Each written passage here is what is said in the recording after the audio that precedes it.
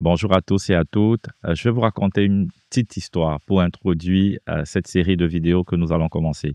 C'est l'histoire une histoire vraie d'ailleurs, l'histoire vraie d'une femme, une sœur qui en France traversait des moments hyper difficiles et qui a décidé de complètement abandonner la France en urgence pour venir avec sa famille en Belgique, ne sachant ni où elle allait habiter, ne sachant de quoi est-ce qu'elle allait vivre, mais la situation devenait pressante parce qu'elle subissait plusieurs menaces en France. Elle a donc décidé de quitter la France avec sa famille. Elle est arrivée en Belgique et elle était dans une auberge de jeunesse avec le peu d'économies qu'elle avait. Les économies étaient en train de s'amenuiser, étaient en train de disparaître et elle ne savait pas quoi faire. Alors elle a eu un songe et dans ce songe, elle a vu quelqu'un. Elle a vu quelqu'un et dans le songe, on lui disait que la personne était la solution. Et dans le songe, c'était dans une église qu'elle avait rencontré la personne. Donc, elle savait que la personne était un pasteur. Elle est allée dans une première église et quand elle est arrivée dans cette église, elle a senti que ce n'était pas là, en fait, parce que ça ne ressemblait pas à ce qu'elle avait vu dans le songe. Et comme ça, elle était dans une autre ville. Elle est dans une église dans une autre ville de la Belgique. Et puis, par la suite, elle a eu un contact qui lui a demandé de venir à Charleroi. Et arrivée à Charleroi, elle était donc logée dans une auberge de jeunesse et elle a décidé de venir à ICC Charleroi. Arrivée à ICC à Charleroi, dès qu'elle est venue, j'étais en train de prêcher, elle s'est dit, voilà le rêve que j'ai eu. Et à la fin du culte, elle a décidé de venir me voir. Elle ne me connaissait pas, elle ne connaissait pas l'église. Elle avait fait quelques recherches et elle s'est retrouvée à ICC Charleroi. Et quand elle est arrivée, ce qu'elle a vu a apporté la conviction que c'est la personne qui devait être la solution. Et quand on a échangé, on a parlé, elle m'a raconté son histoire. Je ne lui ai pas donné 10 000 euros ou de l'argent pour sortir de sa situation, mais on a parlé d'un sujet qui a radicalement changé les choses. Et donc, par la suite, au sorti de mon bureau, elle est retournée à son auberge de jeunesse. J'ai également essayé de voir comment est-ce qu'on pouvait l'aider. Mais le Seigneur, de manière miraculeuse, a permis qu'elle puisse trouver une maison. Pour aménager sa maison, le Seigneur a déjà permis qu'elle puisse trouver un boulot déjà en attendant son boulot définitif, donc de serveuse. Et pendant qu'elle était serveuse, le Seigneur a permis qu'elle rencontre des personnes. Il y a une personne qui lui a donné sa carte bleue et qui a dit, utilise pour acheter tout ce que tu veux. Et elle a utilisé sa carte bleue, elle a dépensé tout ce qu'il y avait dans le compte, il lui avait donné la possibilité. Et quand c'est fini, le monsieur a dit, je peux rajouter encore de l'argent dans mon compte afin que tu puisses utiliser pour aménager la maison. Et il y a un autre monsieur qui est venu et qui lui a donné l'argent pour pouvoir payer sa caution et son loyer. Elle a été miraculeusement aidée par le Seigneur. Mais je dois dire que ce n'est pas parce qu'elle m'a rencontré en soi. Elle avait besoin d'une chose que nous allons aborder. Elle avait besoin que sa foi soit activée. C'est pourquoi cette série va s'intituler La foi pour conquérir des territoires. Il y a des territoires que Dieu t'a donnés. Il y a des promesses que tu as reçues. Dieu a une volonté. Et la Bible dit que sa volonté, c'est un projet de paix et non de malheur. Dieu a des plans. Dieu a des choses extraordinaires qu'il a prévues pour toi. Mais pour pouvoir posséder ces territoires, il te faudra absolument avoir cet élément indispensable qu'on appelle la foi. Et donc, nous allons voir une série de plusieurs vidéos où nous allons parler d'abord de ce que c'est que la foi, puis par la suite, nous verrons les caractéristiques de la foi qui nous permet de posséder les territoires, que ce soit des territoires physiques, que ce soit un territoire familial, que ce soit la santé, que ce soit un territoire financier, que ce soit même un pays, une ville où Dieu t'a envoyé et où tu dois posséder la terre. Nous allons voir comment est-ce que tu peux le faire par la foi. Donc, reste connecté durant cette vidéo et durant les autres vidéos et partage également massivement autour de toi parce que cet ingrédient appelé la foi a la capacité de changer des vies. On se dit à tout de suite. Donc, parlant de la foi, et ce que je n'ai pas dit, d'ailleurs, c'est que cette femme après avoir trouvé un boulot. Et dans son boulot, elle était, je crois, c'est 2 fois ou 3 fois mieux payée que le salaire qu'elle avait en France. Est-ce que tu peux acclamer le Seigneur? Donc, le Seigneur est magnifique. Le Seigneur fait de grandes choses. Il fait des choses merveilleuses. Et il l'a fait parce que la femme a eu la foi. Sa foi a été activée suite à la discussion que nous avons eue. Elle est ressortie avec une grande foi. Une grande foi. Et cette grande foi a provoqué un changement radical. Je vais t'expliquer dans Hébreu. On va lire Hébreu 11. Hébreu 11, verset 32. Voici ce qu'il est dit. Hébreu 11 parle de la foi. Il parle des héros de la foi. Et on arrive vers la fin du chapitre et l'auteur de Hébreu dit, « Et que dirais-je encore? Car le temps me manquerait pour parler de Gédéon, de Barak, de Samson, de Jephthé, de David, de Samuel, des prophètes, qui, par la foi, vainquit des royaumes, exerçait la justice, obtint des promesses, fermait la gueule des lions. » Là, on dit par la foi, c'est par la foi que ces héros de la foi ont vaincu des royaumes, exercé la justice, obtenu les promesses.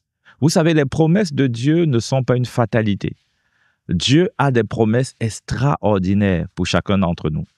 Dieu n'a pas un plan de malheur pour nous. Non, non, non. Dieu a des promesses extraordinaires. Mais ces promesses ne vont pas s'imposer à nous. Nous devons avoir l'ingrédient de la foi si nous voulons pouvoir vivre les promesses de Dieu. Nous devons avoir l'ingrédient de la foi si nous voulons conquérir des territoires. Peut-être le territoire de ta santé, c'est un territoire qui est assiégé par l'ennemi. Peut-être le territoire de tes finances, c'est un territoire qui est dominé par l'ennemi, par l'esprit de pauvreté. Mais tu as la possibilité de posséder ces territoires. Mais la Bible dit que comme les héros de la foi, tu dois pouvoir manifester la foi. C'est par la foi que tu pourras conquérir ce territoire. Maintenant, pourquoi c'est important? Pourquoi est-ce si important d'avoir la foi, de manifester la foi? Nous allons lire ce que c'est que la foi. Je pense que tu connais déjà. On va juste détailler, expliquer ce que c'est que la foi. Et on va prendre Hébreu 11. Et je vais vous lire Hébreu 11 à partir du verset, Hébreu 11, verset 1, que tu connais très bien. Je vais lire différentes versions et on verra l'importance de la foi. La Bible dit, « Or, la foi, elle est une ferme assurance des choses qu'on espère, une démonstration de celles qu'on ne voit pas. » La Bible dit que la foi est une ferme assurance des choses qu'on espère. Ça veut dire que si nous n'espérons pas, nous n'avons pas de foi. Et lorsque nous espérons, pour avoir la foi, nous devons avoir une ferme assurance des choses que l'on espère. Qu'est-ce que tu espères? Et est-ce que tu as une ferme assurance pour ces choses-là? La Bible dit également que la foi rend présente les choses qu'on espère. La foi va aller récupérer les choses que tu espères dans le futur et les ramener dans le présent. Donc la foi est terrible, la foi est puissante. Donc la foi, c'est un mécanisme qui te permet d'aller récupérer les choses futures et les ramener dans le présent. Ton mariage qui se trouve dans le futur, tu peux le ramener dans le présent. Amen. Ta guérison que tu espérais, la foi peut la rendre présente. Les finances, la foi peut la rendre présente. Même ta sanctification, ce n'est pas la foi. La foi peut la rendre présente. Le ministère que tu dois manifester, la foi peut la rendre présente. La Bible dit que la foi rend présent. La foi est un mécanisme spirituel qui rend présent les choses que l'on espère. Une autre version dit également que la foi est la substance des choses que l'on espère. La substance veut dire que la foi est la substance des choses que tu espères. Ça veut dire que les choses que tu espères sont composées de ta foi. Le corps humain, par exemple, il est composé de membranes, il est composé d'os, il est composé de beaucoup de choses. Les choses que tu espères sont composées de ta foi. Si tu as la foi, tu as les choses que tu espères parce que les choses que tu espères sont composées de ta foi. C'est comme si je veux prendre, il y a un élément, je peux avoir un élément. Et cet élément, comme un puzzle, qui est composé de plusieurs pièces. Ces différentes pièces, c'est ce qu'on appelle la foi. C'est la substance. Une fois que j'ai l'ensemble des puzzles et que je les rassemble, j'obtiens les choses que j'espère. Lorsque tu as la foi, tu as les éléments qui sont nécessaires pour obtenir les choses que tu espères. La foi également, c'est une monnaie d'échange dans le monde des esprits. C'est comme un billet de 10 € que tu as. Tu vas dans un magasin, un supermarché, et tu décides d'acheter, je sais pas, peut-être des bananes, et tu donnes les 10 € et on te donne des bananes. De même, dans le monde des esprits, la valeur qui permet d'effectuer des transactions dans le monde des esprits, c'est la foi. Lorsque tu as la foi, tu as une monnaie et tu peux aller avec cet argent, avec cette monnaie-là, pour aller acquérir les choses que tu espères. J'espère la guérison, alors je m'en vais avec la foi. Je donne la foi et je reçois la guérison. J'ai besoin d'une percée financière, je peux aller avec la foi. Je donne la foi et j'obtiens ma percée financière. J'ai besoin d'une percée au niveau de ma santé, je peux aller avec la foi. Parce que la foi, c'est une monnaie d'échange.